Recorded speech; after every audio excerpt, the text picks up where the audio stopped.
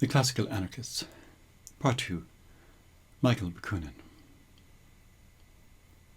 If Proudhon is the person most associated with the development of mutualism, and Kropotkin is the person most closely associated with anarcho-communism, Michael Bakunin holds the dominant position, if that's not a contradiction in terms, in anarcho-collectivism. Needless to say, whatever difference he and other collectivists may have had with anarcho-communists on other matters, in the rejection of the state they are entirely in accord with them. The state, says Bakunin, is an abstraction which consumes the life of the people. But for an abstraction to be born, develop and continue to exist in the real world, there must be a real collective interested in its existence. This collective is the governing and property-owning class, which is to the state what the sacerdotal class of religion, the priests, is to the church. While both anarcho-communism and anarcho-collectivism propose the common ownership of the means of production, they differ significantly on the allocation of the results of that production. Where anarcho-communism believes in a non-market, moneyless distribution according to need, anarcho-collectivism holds to a distribution according to deed. This requires a wage system of some kind and some sort of money. The important difference between anarcho-communism and anarcho-collectivism, writes Osterfeld, is that while for the former the wage system and all other market phenomena will be abolished, the collectivists retain not only a modified wage system, but other exchange relationships as well. Some anarcho-collectivists saw their position merely as a stage on the way to anarcho-communism, but others saw it as terminal. Michael Bakunin is perhaps the least original, but certainly not the least inspiring of our classical anarchists. His life and time seems like a script for a Hollywood movie. Imagine Liam Neeson with a full-length beard. A man of action, albeit largely ineffective action, a conspirator, a revolutionary enthusiast, he was incapable of sustained literary reflection. Even his greatest admirer could scarcely describe Bakunin as a systematic thinker. His writings are fragmentary and incomplete. God and the State, Bakunin's most famous, though not necessarily his most important, work, is a case in point. It is disjointed, repetitious, poorly organized, and full of digressions.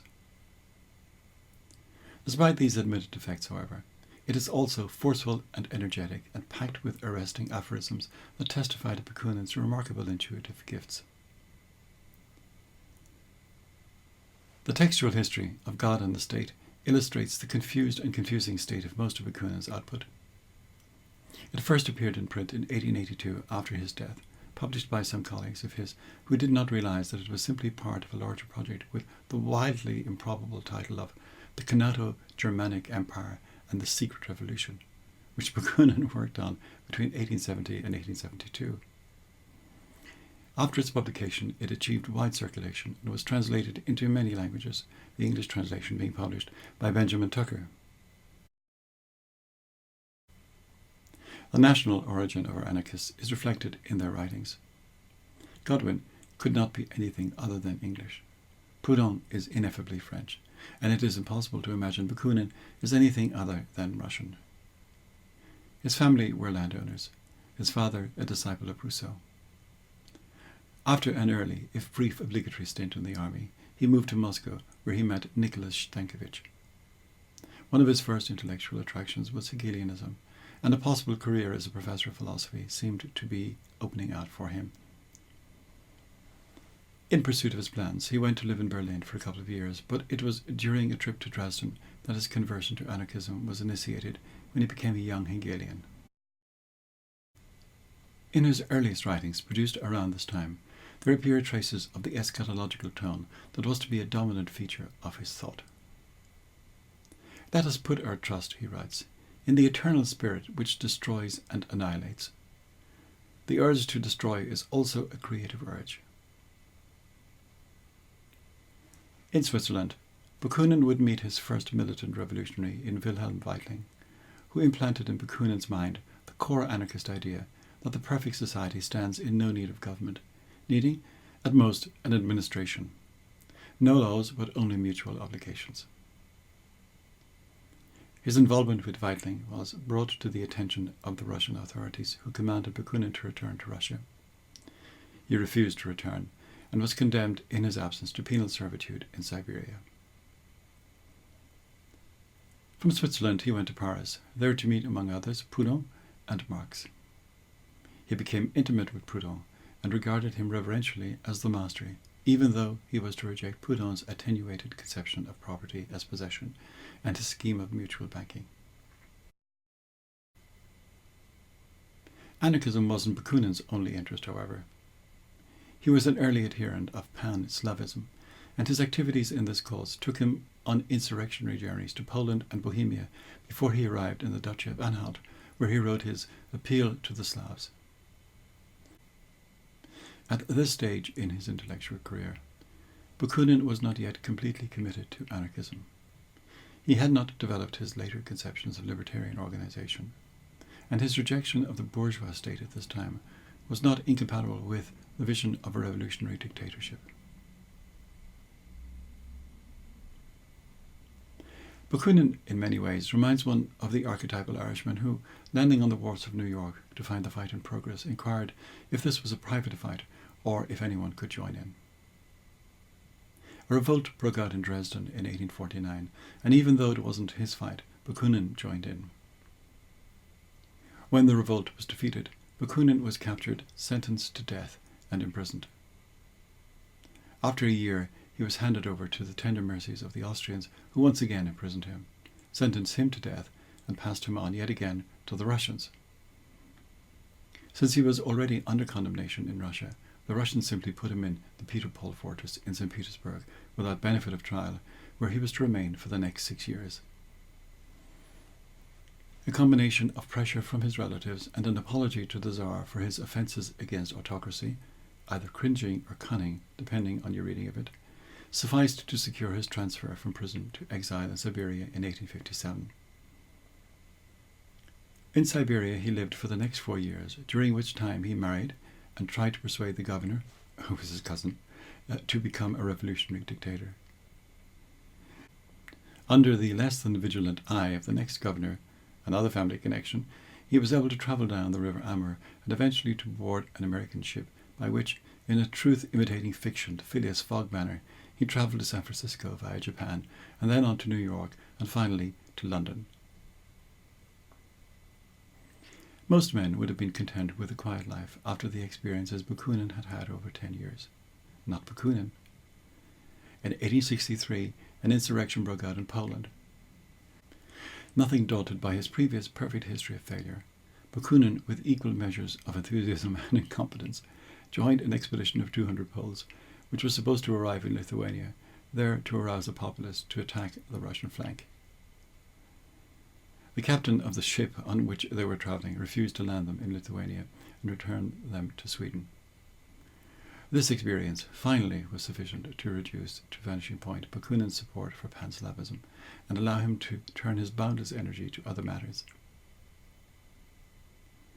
In 1864, he left London for Italy, where he settled for the remainder of his life.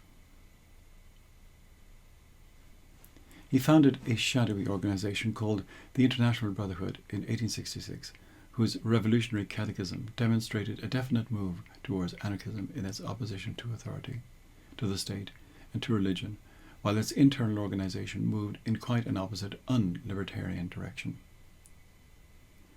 With all its defects, the International Brotherhood did finally force Bakunin to clarify his thinking on political matters and moved him inexorably in the direction of anarchism, where his thinking was, and continued to be, heavily influenced by Proudhon. While Bakunin would never become a fully fledged communist in the manner of a Kropotkin, he went beyond Proudhon, ever the individualist, in accepting the necessity for association as a central principle for economic organization. For Bakunin, it is going to be groups of workers, not individuals, that will become the unit of social organization. With Bakunin, writes George Woodcock, the mainstream of anarchism parts from individualism, even in its mitigated Proudhonian form. Later, during the sessions of the Internationale, the collectivist followers of bakunin were to oppose the mutualist followers of Proudhon, the other heirs of anarchy, over the question of property and possession.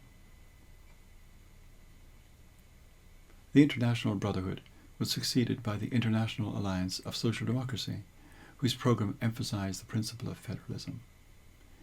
Nation-states were to disappear and to be replaced by a worldwide union of free associations.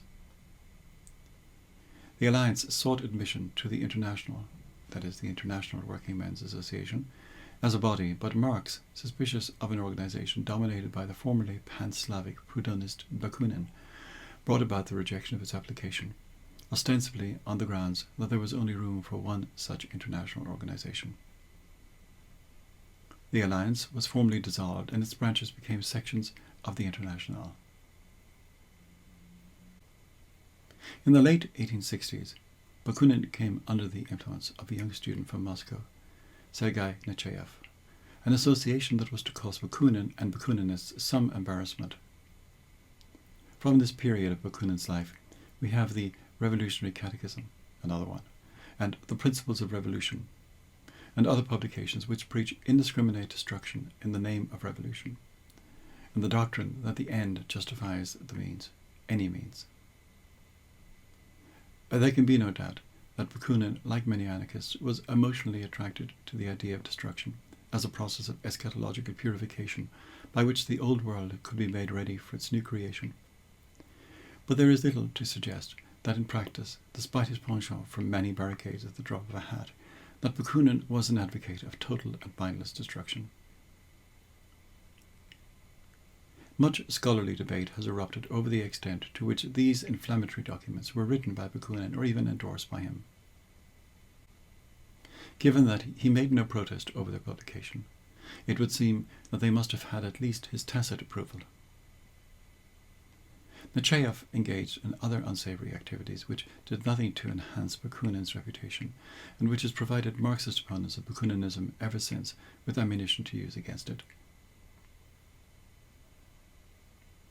Bakunin had joined the Internationale in 1864, and having struggled against its Marxist wing, he was eventually expelled from it in 1872.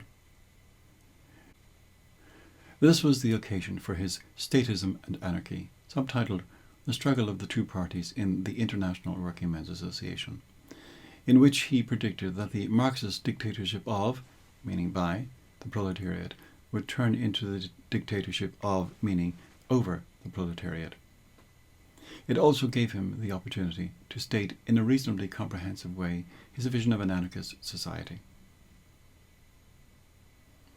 In 1874, an insurrection threatened to break out in Bologna. Sure enough, Bakunin was on the scene, only to witness the would-be uprising end in farce before it had even begun. His exit from Bologna, disguised as a priest with a basket of eggs on his arm, is the stuff of comic opera. He was to die some 2 years later in 1876, and Woodcock writes that those who attended his funeral were already turning the anarchist movement, his last and only successful creation, into a network that within a decade would have spread over the world and would bring a terror into the minds of rulers that might have delighted the generous and Gothic mind of Michael Bakunin. There are echoes of a Stirner-like egoism in some of Bakunin's writings. The socialist, according to Bakunin, is distinguished from the strict republican by his frank and human egotism. He lives for himself, openly, and without fine-sounding phrases. Bakunin continues, the strictly political republican is a stoic. He recognizes no rights for himself, but only duties, that of eternal devotion to his country, of living only to serve it, and of joyfully sacrificing himself and even dying for it. On the other hand, the socialists insist upon his positive rights to life and to all of its intellectual, moral, and physical joys. He loves life, and he wants to enjoy it in all its abundance. The Robespierrean Republican deals with the citizen, the Socialist Republican deals with the man. The former is a nationalist, the latter an internationalist. Liberty for the Republican is the liberty of the willing slave, willing to sacrifice himself and others. Bakunin is an individualist. History is made, he says, not by abstract individuals, but by acting, living individuals. Abstractions advance only when borne forward by real men. While some anarchists are suspicious of any and all forms of authority, Bakunin's attitude is much more nuanced. It goes without saying that he rejects authority where that authority amounts to coercion, whether from the side of the Church or the side of the state. He notes that the Church has been a willing ally of the state for most of its existence. But Bakunin is perfectly happy to accept what we might call the authority of expertise from those who are genuinely expert in their areas of expertise, whether in bootmaking or architecture. He is not willing to have it imposed on him, but he is willing sometimes, having taken a second opinion, to accept it. The state is the primary instrument of authority as coercion, authority as domination. The state, according to Bakunin, is the most flagrant, the most cynical, and the most complete negation of humanity.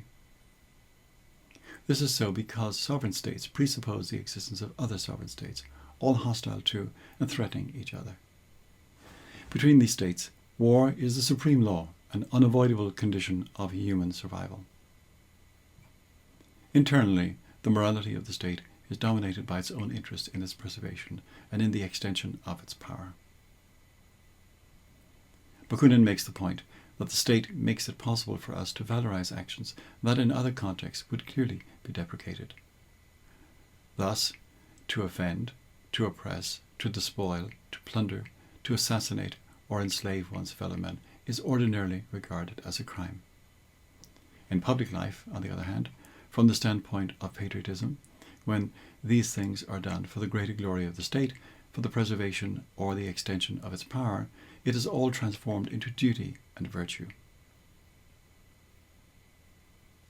In a wonderfully purple passage, Bakunin fulminates against the state, saying, "Since the birth of the state, the world of politics has always been and continues to be the stage for unlimited rascality and brigandage and rascality, which, by the way, are held in high esteem, since they are sanctified by patriotism, by the transcendent morality and the supreme interest of the state. This explains why the entire history of ancient and modern states is merely a series of revolting crimes, why kings and ministers, past and present, of all times and all countries, statesmen, diplomats, bureaucrats and warriors, if judged from the standpoint of simple morality and human justice, have 100, 1,000 times over earned their sentence to hard labour or to the gallows. There is no horror, no cruelty, sacrilege or perjury, no imposture, no infamous transaction, no cynical robbery, no bold plunder of shabby betrayal that has not been or is not daily being perpetrated by the representatives of the states under no other pretext than those elastic words, so convenient and yet so terrible, for reason of state."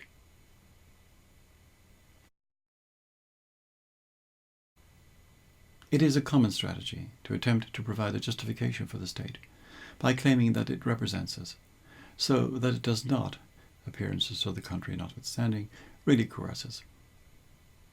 In Statism and Anarchy, Bakunin again attacks the idea of political representation. He has in his sights here not just the bourgeois extant governments, but also the anticipated revolutionary governments that are expected to succeed them. He writes, "Both the theory of the state and the theory of so-called revolutionary dictatorship are based on this fiction of pseudo-representation, which in actual fact means the government of the masses by an insignificant handful of privileged individuals, elected or not even elected by mobs of people rounded up for voting and never knowing what or whom they are voting for. On this imaginary and abstract expression of the imaginary thought and will of all the people, of which the real living people do not have the faintest idea. All governments, whether revolutionary or bourgeois, share exactly the same basic characteristics. The only difference between revolutionary dictatorship and the state is in external appearances. Essentially, they both represent the same government of the majority by a minority in the name of the presumed stupidity of the one and the presumed intelligence of the other." Bakunin is scathing about the alleged representative nature of the representative system in politics, writing, The whole deception of the representative system lies in the fiction that government and a legislator emerging out of a popular election must, or even can, represent the real will of the people. The interests of rulers and ruled are not only not coincident, they are in fact opposed. However democratic may be their feelings and their intentions, once rulers achieve the elevation of office, they can only view society in the same way as a schoolmaster views his pupils, and between pupils and masters equality cannot exist. On one side, there is the feeling of a superiority that is inevitably provoked by a position of superiority. On the other side, there is a sense of inferiority which follows from the superiority of the teacher. Defenders of representative democracy will say, of course, that the voters have their say, can always vote for someone else. But they miss the point that once elected, or alleged representatives can pretty much do what they want, untrammeled by the prospect of immediate recall. If my lawyer fails to act according to my instructions, I can fire him immediately. Not so with my political representative. It is true that all our legislators are elected by the people. It is true that on election day even the proudest of the bourgeoisie are obliged to pay court to Her Majesty the Sovereign People. But once the elections are over, the people return to their work, and the bourgeoisie to their profitable businesses and political intrigues. In reality, the control exercised by voters on their elected representatives is a pure fiction. But since, in the representative system, popular control is the only guarantee of the people's freedom, it is quite evident that such freedom, in its turn, is not more than a fiction. Representative democracy advertises itself as promoting the election of anyone sufficiently energetic and dedicated who can convince enough people to vote for him. Well, maybe so. But as Bakunin points out, this does not prevent the formation in a few years' time of a body of politicians, privileged in fact, though not in law, who, devoting themselves exclusively to the direction of public affairs of a country, finally form a sort of political aristocracy or oligarchy. Perhaps what Bakunin is best known for in the history of political thought is his being the locus of the only serious rival to Marxism in the internecine struggles that took place in socialist circles in the mid-19th century. Despite all his shortcomings, personal and authorial, he saw clearly the authoritarian implications of Marxist socialism. It was in the conflict between Bakunin and Marx within the International that the irreconcilable differences between the libertarian and the authoritarian conceptions of socialism were first developed. And in this struggle, the faction that Bakunin led gradually shaped itself into the nucleus of the historical anarchist movement, writes Woodcock. Within the International, the contest between Bakunin and Marx grew ever more intense. Both men had some characteristics in common, but differed widely in others. Both were Hegelians or post-Hegelians in philosophy, both were autocratic in temperament, and both were lovers of intrigue. However, Bakunin, writes Woodcock, had an expansive generosity of spirit and an openness of mind which were both lacking in Marx, who was vain, vindictive, and insufferably pedantic. These personality differences were reflected in their political philosophies. Bakunin was a libertarian, Marx an authoritarian. Bakunin was a federalist, Marx a centralist. Bakunin sought to destroy the state, Marx to take it over. Bakunin espoused worker control of the means of production, Marx espoused their nationalization. State and Anarchism is perhaps most well known for its direct attack on Marx. While granting that Marx is intelligent and well-read, and conceding the soundness of much of his criticism of Proudhon, Bakunin also remarks that Marx is ambitious and vain, quarrelsome, intolerant, and absolute. There is no lie or calumny that he would not invent and disseminate against anyone who had the misfortune to arouse his jealousy or his hatred, which amounts to the same thing.